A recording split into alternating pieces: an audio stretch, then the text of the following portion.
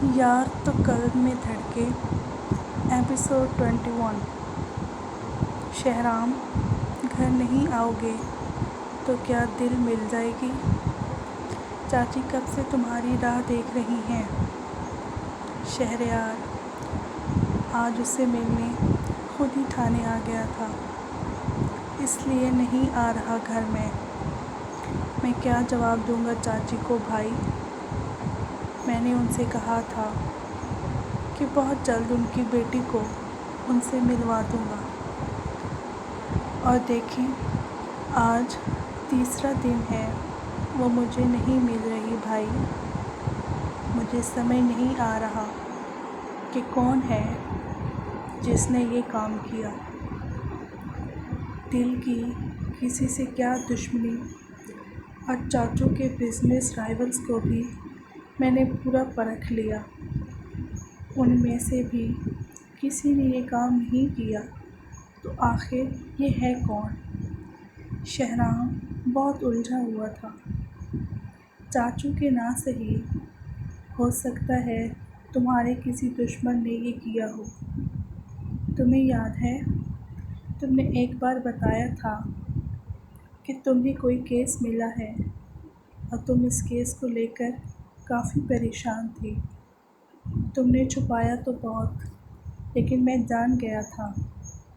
تم نے گھر کی سیکیورٹی بھی ڈبل کر دی تھی، اور ایک بار میں نے تمہیں بات کرتے بھی سنا تھا۔ تم کہہ رہے تھے کہ تمہاری فیملی کو سیٹھ سے خطرہ ہے۔ کون ہے یہ سیٹھ؟ شہریار نے کھل کر بات کی تو اس کا دماغ بھی بیدار ہوا۔ میں نے یہ کیوں نہیں سوچا بھائی؟ اگر سیٹھ نے یہ سب کیا ہے تو میں اسے چھوڑوں گا نہیں بھائی۔ لیکن سیٹھ نے دل کو کیوں اغوا کیا؟ وہ میرے بھائی بہنوں کو نقصان پہنچاتا، یا پھر بابا کو یا ماما کو، لیکن دل کیوں بھائی؟ وہ کنفیوز ہوا۔ وہ اس لیے میرے بھائی کہ وہ جان چکا ہے کہ دل تمہارے لیے کیا ہے۔ وہ تو کیا، میں بھی جانتا ہوں کہ میرے بھائی کی فیلنگز کیا ہیں دل کو لے کر۔ شہریار اس کا موڈ ٹھیک کرنے کی غرض سے بولا، جبکہ اس کی بات سن کر شہرام گڑبڑا گیا۔ آپ کو کیسے پتا بھائی؟ چھوڑو یہ سب، بس پتہ لگاؤ کہ یہ کام سیٹھ کا ہے یا نہیں، باقی باتیں بعد میں۔ لیکن شہریار بھائی، اگر یہ کام اس کا ہوتا تو وہ مجھے کال کرتا، مجھے پریشان کرتا، یا پھر کوئی ڈیمانڈ کرتا، لیکن اس نے ایسا کچھ بھی نہیں کیا، کیونکہ اس بار وہ تمہارے دل سے کھیلنے کا ارادہ کر چکا ہے۔ شہریار نے بس اتنا کہا اور تھانے سے چلا گیا۔ اور میرے دل سے کھیلنا اتنا آسان نہیں ہے بھائی، وہ دل ہی دل میں بولا۔ امید کی کرن ملتے ہی وہ اپنا کام شروع کر چکا تھا۔ وہ جلدی سے اپنے فلیٹ سے نکلی تھی کیونکہ اسے کالج کے لیے بہت لیٹ ہو رہا تھا۔ گیٹ سے نکلتے ہی اس کی بہت بری ٹکر ہوئی تھی سامنے والے سے۔ سامنے والوں کو تو کچھ نہ ہوا، لیکن ہانی کی دنیا ہی گھوم گئی تھی۔ سر ابھی تک چکرا رہا تھا۔ یا اللہ!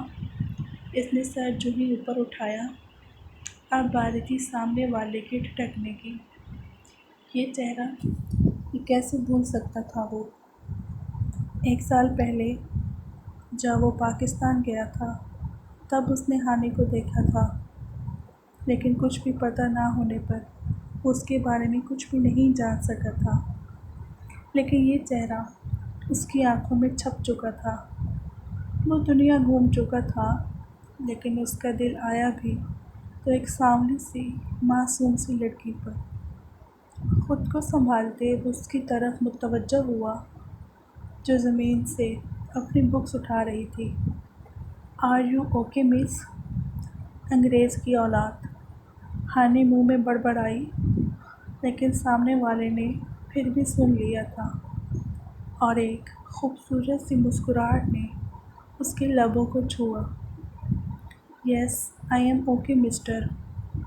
اس سے پہلے کہ وہ وہاں سے جاتی وہ فوراً بولا، میں انگریز کی اولاد نہیں ہوں۔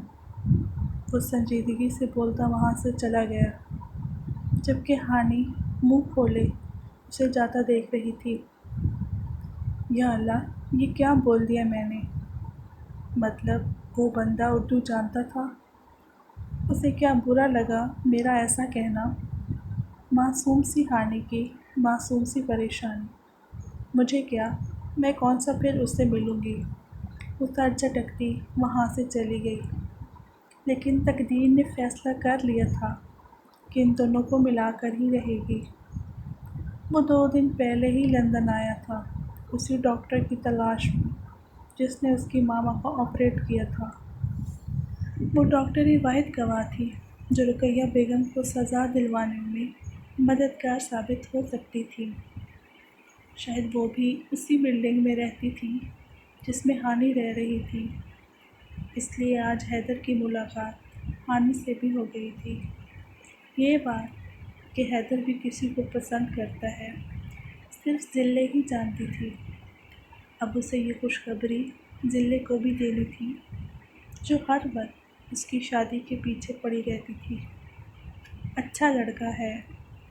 وہ موبائل پر تصویریں دیکھ رہی تھی جب آواز سن کر ڈر گئی۔ بھائی آپ؟ طاہر کا تو رنگ ہی اڑ گیا تھا۔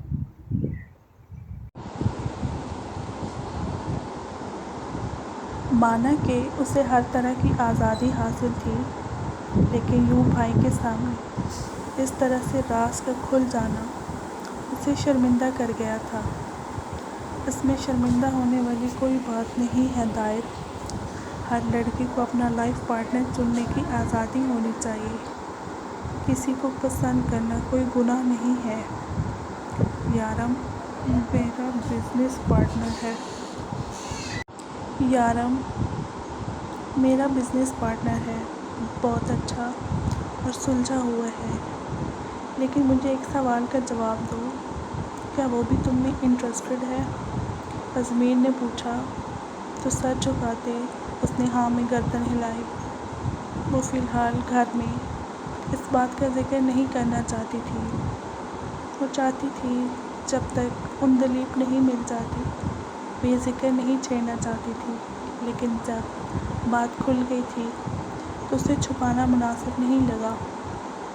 اس کو بولو کہ اپنے والدین کو گھر لائے، ازمیر نے کہا تو طاہر نے پریشانی سے بھائی کو دیکھا۔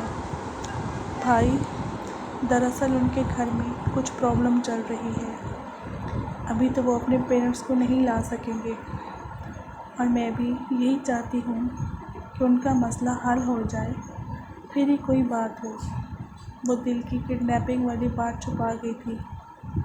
اوکے، جیسے تمہیں ٹھیک لگے، ازمیر نے بہن کے سر پر ہاتھ رکھتے پیار سے کہا اور چلا گیا۔ اوہ، تو تمہیں پتہ چل ہی گیا کہ میں کہاں ہوں، سیٹھ نے ہنستے ہوئے شہرام سے کہا۔ دلیپ کہاں ہے؟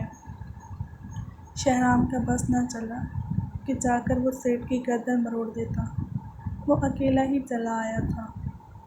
اوہ، تو تم یہ بھی جان گئے اے سی پی، چلو اچھی بات ہے، لیکن وہ کہاں ہے یہ تو میں بھی نہیں جانتا۔ شاید میرے آدمی جانتے ہوں گے، کیونکہ اسے کڈنیپ کرنے کے بعد میں نے اس لڑکی کو انہی کے حوالے کیا تھا۔ سیٹھ؟ شہرام سیٹھ کی بات سن کر دھاڑا۔ آواز نیچے اے سی پی، کیا کہا تھا میں نے تم سے؟ ایک دن تم میرے سامنے گڑ گڑاؤ گے، اپنی عزت کی بھیک مانگو گے، اور دیکھو گے آج تمہاری عزت میرے ہاتھوں میں ہے۔ گڑ گڑاؤ اے سی پی، ناک رگڑو میرے سامنے، تب شاید مجھے تم پر ترس آ جائے اور میں تمہیں تمہاری محبوبہ کا پتہ بتا دوں۔ اللہ کی ذات کے سوا شہرام خان کسی کے سامنے نہیں جھکا، اور تو کہہ رہا ہے کہ میں تجھ جیسے کتے کے سامنے گڑ گڑاؤں، ناک رگڑوں، تو تمہاری یہ خواہش کبھی پوری نہیں ہوگی۔ شہرام نے اس کی آنکھوں میں آنکھیں ڈالتے کہا۔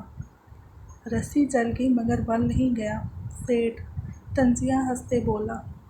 تم نہیں گر گڑاؤ گے تو اب تمہیں گر گڑانا پڑے گا، کیونکہ میں تمہیں مجبور کر دوں گا جھکنے پر۔ باندھ دو ایسی پی کو۔ اگر کوئی ہوشیاری کرنے کی کوشش کرے تو مار دینا۔ وہ اپنے آدمیوں کو حکم دیتے بولا۔ تو آدمیوں نے جلدی سے اس کے ہاتھ پیر باندھ دیے اور اسے پلر کے ساتھ کس کر باندھ دیا۔ نہ جانے اب وہ سیٹ کیا کرنے والا تھا، جبکہ دوسری طرف دل کا رو رو کر برا حال تھا۔ وہ نہیں جانتی تھی کہ وہ کس جہنم میں پھنس گئی تھی۔ وہ بھی یہی سوچ رہی تھی کہ دو آدمی اندر آئے۔ کون ہو تم لوگ؟ کیوں اغوا کیا ہے مجھے؟ کیا چاہتے ہو تم لوگ؟ آج 3 دن بعد وہ باہر نکل رہی تھی۔ وہ 2 آدمی اسے باہر لے جانے آئے تھے۔ اس کے ہاتھ باندھ کر، اس کی آنکھوں پر کالی پٹی باندھے، اسے ساتھ گھسیٹتے ہوئے لے جا رہے تھے۔ نہ جانے اب اس کی قسمت میں کیا ہونا لکھا تھا۔